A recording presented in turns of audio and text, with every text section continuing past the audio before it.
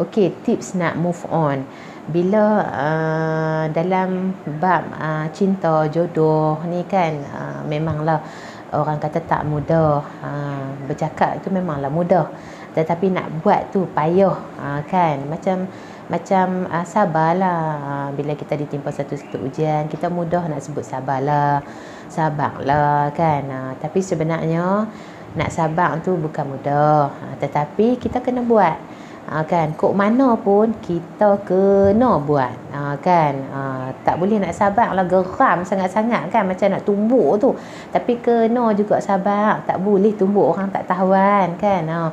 Macam itulah juga dengan kita punya semangat nak move on ni. Kalau kata kita dah pernah terluka, ditipu, dipermainkan, orang kata putus di tengah jalan, bercinta tak jadi, bertunang tak jadi, nak kahwin tak jadi dan sebagainya tu, apa saja ujian yang Allah bagi tu, selagi kita hidup, selagi kita bernafas, kita kena move on. Nak move on tu macam mana?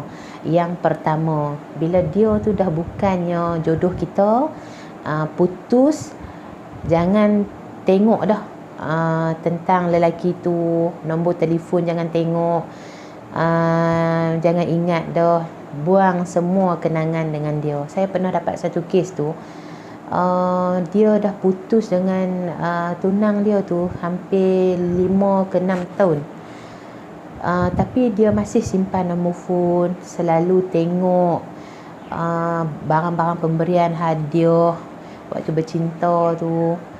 Kemudian kenangan-kenangan tu memang dia simpan.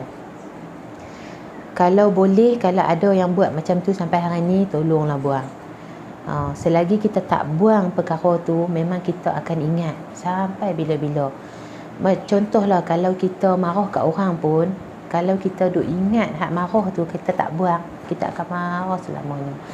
Tapi kalau kita ingat, kata tak apalah kan, dia pun mungkin tak sengaja, walaupun dia sengaja sebenarnya, tapi kita anggap dia tak sengaja lah, kerana kita nak memaafkan dia dengan cara yang paling baik.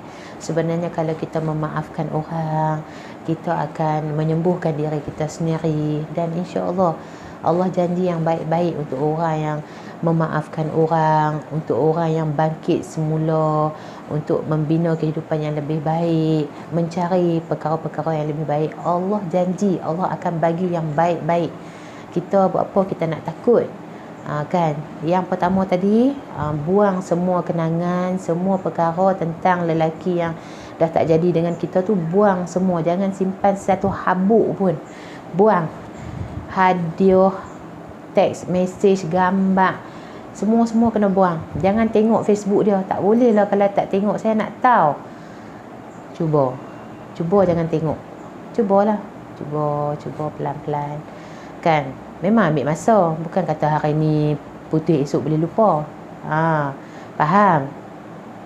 Tapi kena buat. Kalau tak, kita akan duduk kat situ juga. Yang keduanya adalah kita banyakkanlah muhasabah diri kita. Mungkin kita ada buat silap, ada buat dosa, ada buat kesalahan sepanjang hidup kita ni. Bukan nak kata kita banyak dosa, tetapi sebagai manusia kita tak terlepas daripada dosa. Jadi apa yang Allah tarik tu menyebabkan kita sedih, menyebabkan kita orang kata berduka cita. Maksudnya ada sesuatu yang Allah nak sampaikan kat kita. Jadi kita muhasabah diri kita balik. Jadi kita mohon ampun, kita buat semula kehidupan kita, bina balik kehidupan kita dengan perkara-perkara yang baik. Mungkin kita dah tersilap langkah, Allah nak kita perbaiki.